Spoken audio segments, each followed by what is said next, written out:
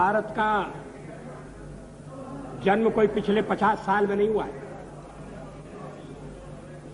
भारत एक प्राचीन राष्ट्र,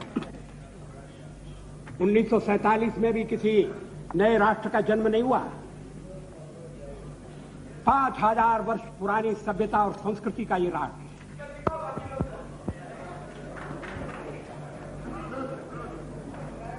और इसलिए सेक्युलरवाद और या सेक्युलरवाद की भावना, जब संविधान परिषद बैठी थी, इस प्रश्न पर चर्चा कर रही थी, तब भी सेक्युलर का अर्थ क्या है इसके बारे में अलग अलग राय थी। लेकिन संविधान के निर्माताओं ने सेक्युलर शब्द संविधान में नहीं रखा। संविधान की प्रस्तावना में सेक्युलर शब्द आया जब देश में इमरजेंसी लगी थी, जेलों में बंद थे, विचार व्यक्त करने की आजादी नहीं थी, तब संविधान में संशोधन किया। पहले धारणा यह थी कि प्रस्तावना में संशोधन नहीं होना चाहिए, होगा भी नहीं, मगर प्रस्तावना में संशोधन कर दिया और भारत को डेमोक्रेटिक रिपब्लिक के साथ साथ सेक्युलर एंड सोशलिस्ट रिपब्लिक भी घोषित कर दिया। उस पर जो बहस हुई थी मैंने ध्यान से पढ़ी है। कांग्रेस के हर वक्ता ने, और विशेषकर सरदार स्वर्ण सिंह ने, इस बात पर जोर दिया कि हमारा सेक्युलरिज्म पश्चिम के सेक्युलरिज्म से भिन्न होगा। उन्होंने कहा कि ये बौद्ध धर्मों का देश है और सेक्युलर का अर्थ यह है कि किसी धर्म के मानने वाले के साथ भेदभाव न हो और सब धर्मों को समान दृष्टि से देखा जाए। हम इस व्याख्या को स्वीकार करते हैं, हृदय से स्वीकार करते हैं। यह हिंदू चिंतन का निचोड़ है, यह हमारी अस्मिता है, क्योंकि भारत में अनेक मतांतर हैं। केवल एक पुस्तक नहीं है, एक पैगंबर नहीं है। या ईश्वर को मानने वाले भी हैं और ईश्वर की सत्ता को नकारने वाले भी हैं। किसी को सूली पर नहीं चढ़ाया गया, किसी को पत्थर मारकर दुनिया से नहीं उठाया गया। ये सहिष्णुता देश की मिट्टी में है। हर एकम सद विप्रा बहुधा बदलती। और अब तो दर्शन उससे भी आगे चला गया है। ये अनेकांतवाद का देश है। इसको नहीं गिराया गया।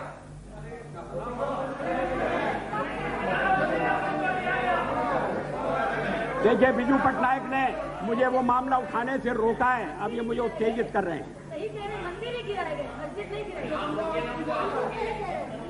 गया। यही तो मुश्किल है। लेकिन हम,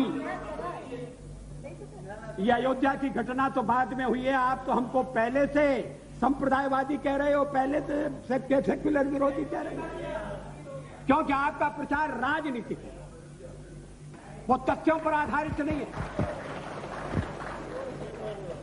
और अगर आप संप्रदाय नहीं है तो आपने कितने मुस्लिमों को एमपी बनाया?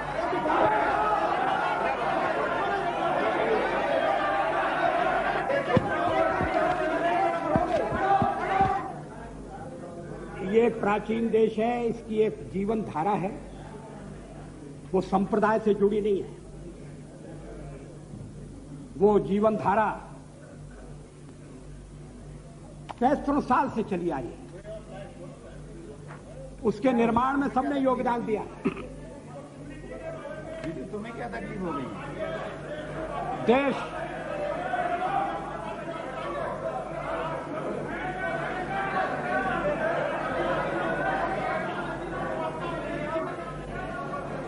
भारत मजहबी राज्य न बने,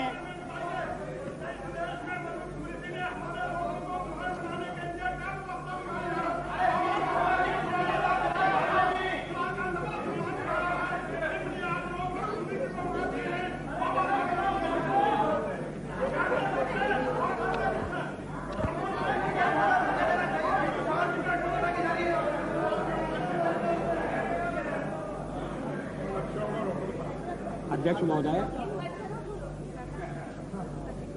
मैं मानता हूं कि कुछ मुद्दे ऐसे हैं जो विवादग्रस्त हैं, जो चर्चा को उत्तेजन देते हैं, मगर चर्चा एक व्यवस्था से होना चाहिए, चर्चा एक तरीके से होना चाहिए।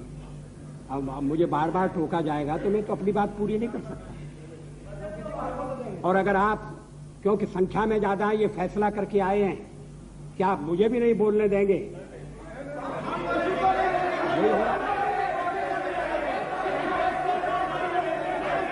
समय आ गया है कि जब हम पुरानी मान्यताओं को बदलती हुई मानसिकता के परिवेश में देखें। सांप्रदायिकता एक तरह की नहीं होती, और अगर एक तरह की सांप्रदायिकता को उत्तेजन दिया जाएगा तो दूसरी तरह की सांप्रदायिकता पनपेगी। इस तथ्य को अभी तक समझा नहीं गया है। इस देश में कभी मजहबी राज्य की मांग नहीं उठी। इस देश में कभी मजहब के आधार पर, मत भिन्नता के आधार पर उत्पीड़न की बात नहीं है। न उठेगी, न उठना चाहिए, और अगर उठेगी तो हम उसका विरोध करेंगे। आपको आश्वासन देना चाहते हैं, भारत सेक्युलर रहना चाहिए। हम अपने पड़ोस देशों की तरह से मजहबी राज्य नहीं बनेंगे। लेकिन क्या इसका अर्थ यह है कि हमारी कोई जड़ें नहीं है? क्या इसका अर्थ यह है कि हमारे कोई जीवन मूल्य नहीं है? ये 5000 साल की सभ्यता और संस्कृति जो हमें विरासत में मिली है और जिस पर हमें गर्व है, अभिमान है, वो सभ्यता और संस्कृति किस तरह से हमारे जीवन को बनाती रही है? आज जीवन की धारा क्या है? मुझे याद है, देश के दुर्भाग्यपूर्ण विभाजन के बाद पंडित जवाहरलाल नेहरू अलीगढ़ विश्वविद्यालय में भाषण करने के लिए गए थे। दीक्षांत समारोह था। उनके भाषण का एक अंश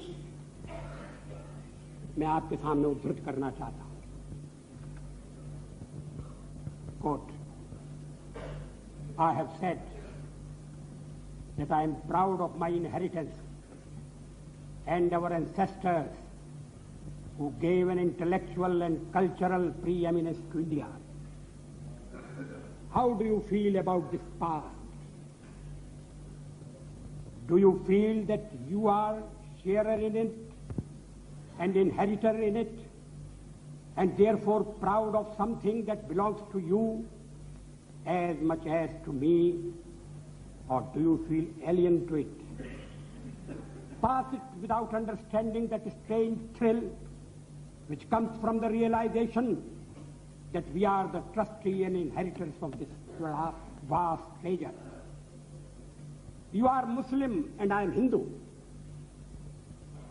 We may adhere to different religious faiths or even to none, but that does not take away from the inheritance, that inheritance that is yours as well as mine. The past holds us together. Why should the present or the future divide us in split? ये नेहरू जी के विचार है।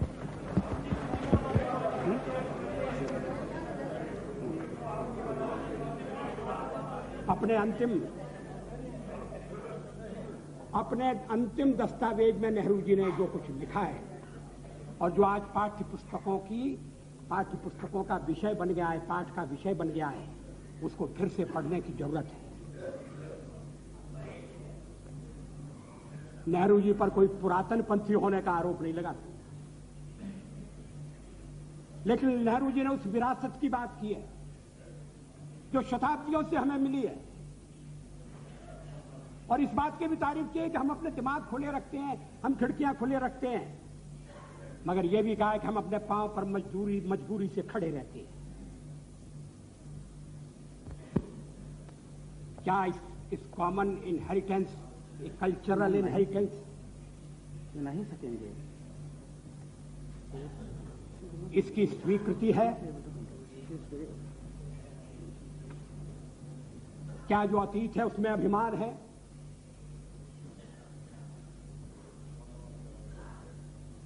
विदेश, बहुत से विदेशी यहां आए, लोगों को शरण मिली।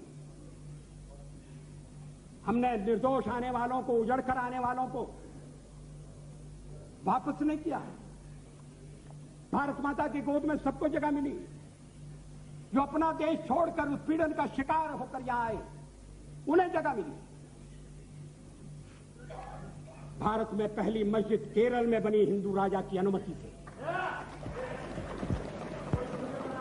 भारत में चर्च भी केरल में बना, पहला चर्च केरल में बना, वो भी अनुमति से। ये हमारे रक्त का रंग है, ये जीवन की घुट्टी है। मजहब के आधार पर भेदभाव नहीं होना चाहिए, सबको छूट होना चाहिए, सबके साथ बराबर व्यवहार होना चाहिए। लेकिन ऐसा नहीं हो रहा है, बराबर व्यवहार नहीं हो रहा है, इसलिए कठिनाई पैदा हो रही है। इसलिए लोगों के मन में शंकाएं उठ रही हैं। उन शंकाओं का आप तो निराकरण नहीं करेंगे कि आप तो वोट की राजनीति में पड़े।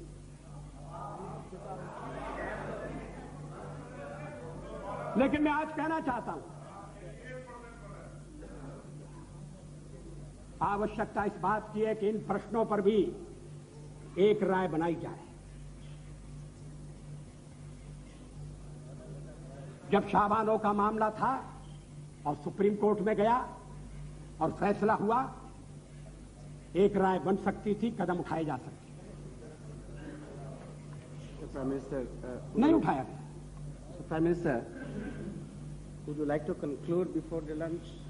5 minutes now, or you would like to? देखिए, मैं 5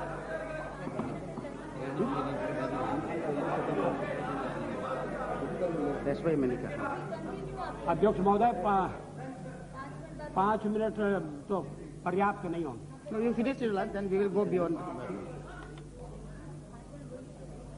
अध्यक्ष महोदय,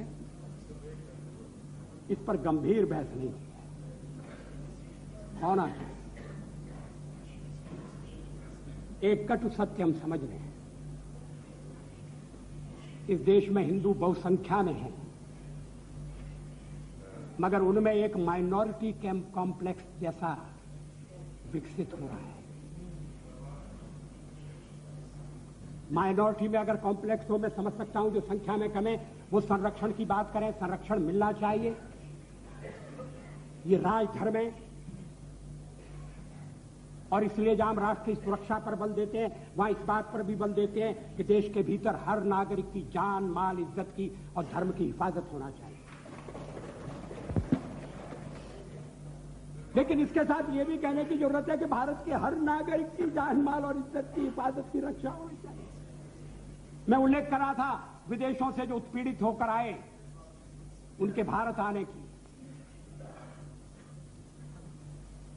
अब जो कश्मीर की घाटी से उत्पीड़ित होकर देश के और भागों में आए हैं, उनकी वेदना कैसे भूली जा सकती है। बड़ी संख्या में हिंदू हैं, मुसलमान भी हैं, आतंकवाद से पीड़ित, मगर उनके बसाने का, उनके घाव पर मरहम रखने का कोई पार्टी उनके लिए नहीं बोलेगी। बोलेंगे तो हम बोलेंगे और इसलिए हम संप्रदायवादी करार दिए जाएंगे। वो भी भारत के नागरिक हैं, उनका तो कोई अपराध नहीं। कश्मीर में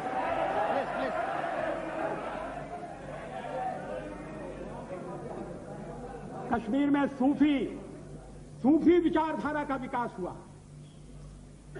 जब हिंदू और मुसलमान साथ आए, जब चिंतक मिले, तो फिर सूफी विचारधारा पनपी।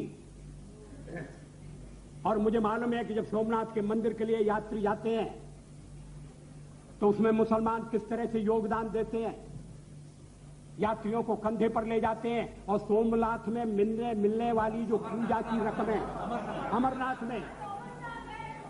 में मुझे सारे नाथ एक ही दिखाई देते हैं।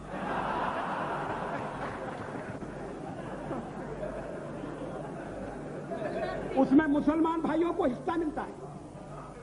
अब ये परंपरा कौन तोड़ना चाहता है? इसका योजनाबद्ध प्रयास हो रहा है, सीमा के पार से भी हो रहा है। आके चरारे शरीफ को आग की भेंट क्यों चढ़ाया? उन आतंकवादियों को यह पसंद नहीं था कि कश्मीर की घाटी में केसर की क्यारियों में सूफी मत फैले। वो नहीं चाहते कि भारत के लोग, अलग अलग समाज के लोग, अलग अलग धर्म के लोग, जातियों के लोग मिलकर रहें। चुनाव के बाद जो दृश्य बनाए उसमें कुछ क्षेत्रों में यह उम्मीद की जा रही है कि भारत कमजोर हो जाएगा, भारत में अस्थिरता आ जाएगी और भारत अपने राष्ट्रीय उद्देश्यों से डिग जाएगा। मैं ऐसी बाहरी ताकतों को और भीतरी शक्तियों को चेतावनी देना चाहता हूं कि जो भी परिवर्तन आएंगे वो परिवर्तन हम हजम करेंगे। जो भी परिवर्तन आएंगे उन्हें हम सहन करके अपने को उनके अनुसार ढालेंगे, मगर हम भारत के राष्ट्रीय हितों की पूरी तरह रक्षा करेंगे।